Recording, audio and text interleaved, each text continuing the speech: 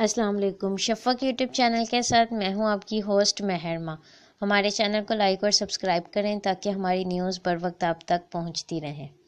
NAB کے پر حیران کن خبر ہے کہ قیصر امین بٹ نے خواجہ سعد رفیق اور سلمان رفیق کے خلاف گواہی دینے کے بعد احتساب عدالت سے استدعا کی کہ انہیں مزید ریمانڈ پر نیب کے حوالے کر دیا جائے۔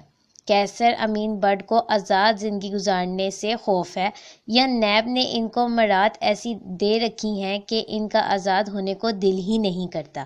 اگر ان کو خوف ہے تو کس سے ہے؟ خواجہ سعد رفیق نے گزشتہ دنوں کہا تھا کہ وہ جیلوں سے نہیں ڈرتے۔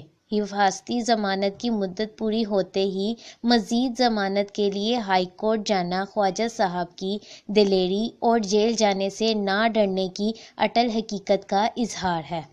خواجہ صاحب کے قیصر امین بٹ کو ان کے خلاف وعدہ معاف گواہ بنانے کے خدشات بھی درست ثابت ہوئے ہیں۔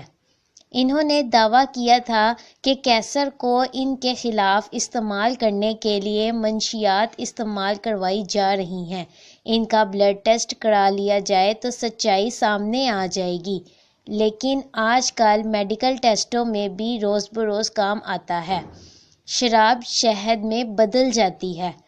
پیپلز پارٹی نیب پر برس جبکہ مسلم لیگ نون پلٹ کر جھپٹ رہی ہے۔ نیب آرڈیننس کو کالا قانون کہا جا رہا ہے۔